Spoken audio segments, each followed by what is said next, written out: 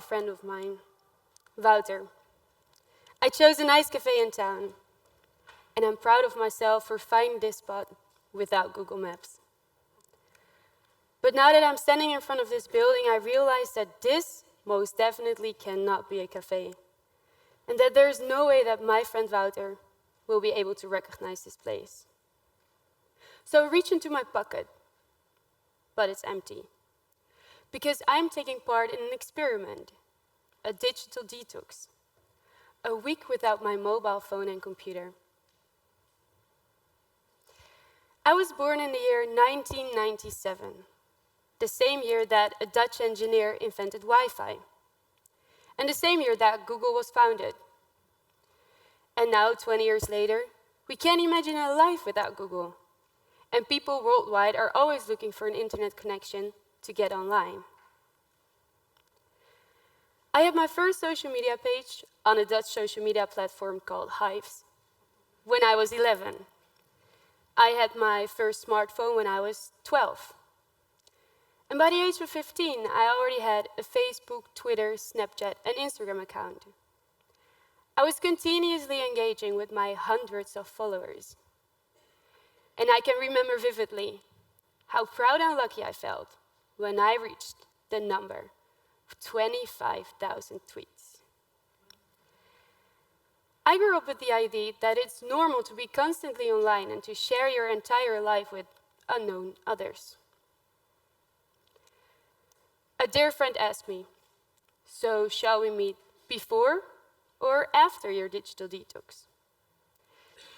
Did this mean that I would vanish from the face of the earth for a week? How was I supposed to manage that week? And am I going to get withdrawal symptoms? There was only one way to find out.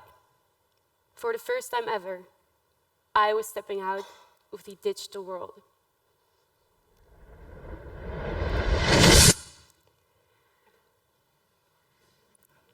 Together with my fellow students who are also taking a course from the Building Academy at the Vrije Universiteit Amsterdam, I handed in my mobile phone and computer. In 5 minutes, everything had been locked away. And I thought to myself, this went way too fast. Suddenly, I'm left empty-handed. When I got home, I still hadn't been able to shake this nervous feeling in my stomach. And it was really starting to annoy me. Because how was I supposed to keep everybody up to date about all the fun things that are going on in my life? 3 days later, we were celebrating my dad's birthday at the Concertgebouw in Amsterdam. And I feel ashamed to realize that now we're standing in front of this building, I feel my hands tingling. Because I know they want to take a picture. I feel like a junkie who doesn't know how to deal with the feeling of emptiness whenever your addiction is out of reach. But the longer we're inside, the calmer I get.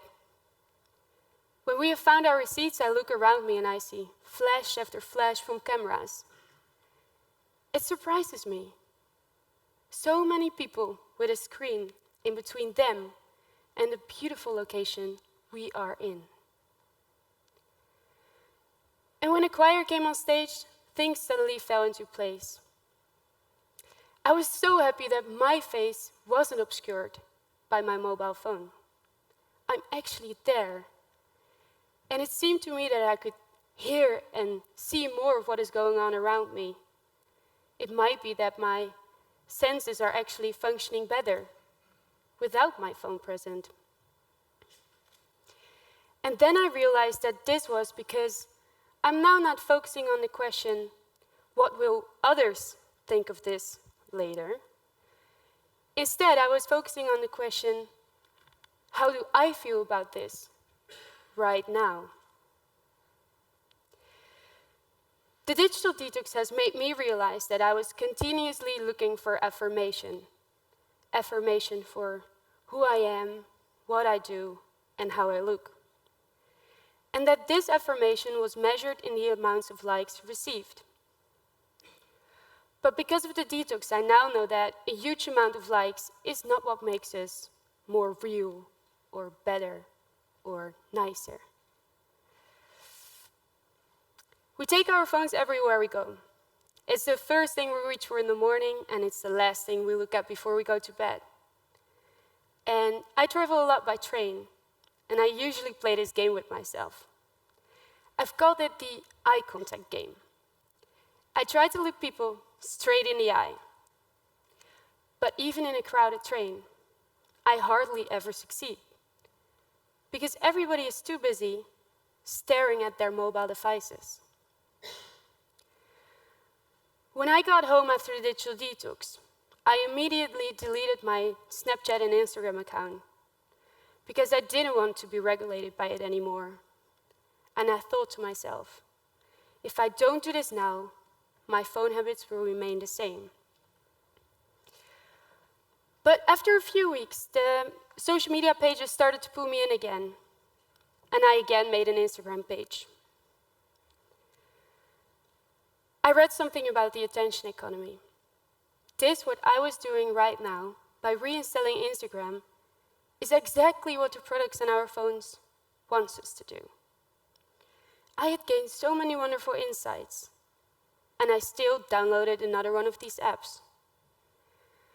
But these big companies are fighting for our attention. They want more clicks, more likes, and more ads. Old habits die hard, and the same goes for addictions. And I felt I needed courage, a tremendous amount of courage, to even start a digital detox, and in the end to face the truth about my addiction. But my professor Hans always told me, what has been learned by repetition can also be unlearned by repetition. And a few weeks ago, I again deleted my Instagram account. I feel I don't need it anymore, and I don't want it to be a part of my life. And right now, I would like to challenge you. My wish for you is to get lost too, like I did before I finally found my friend Wouter, 30 minutes after discovering that the cafe where we're supposed to meet didn't exist. Lose your friends and lose track of time and direction. Show up at your friends' doorsteps unannounced, without texting them first. And find that secret cafe that doesn't exist on Google Maps yet. Later on in the program, there will be some time for drinks. And I invite you to take out your phone, because many of you will automatically reach for their phones. So take out your phone and turn it off. So no switch it to silent mode, but really turn it off.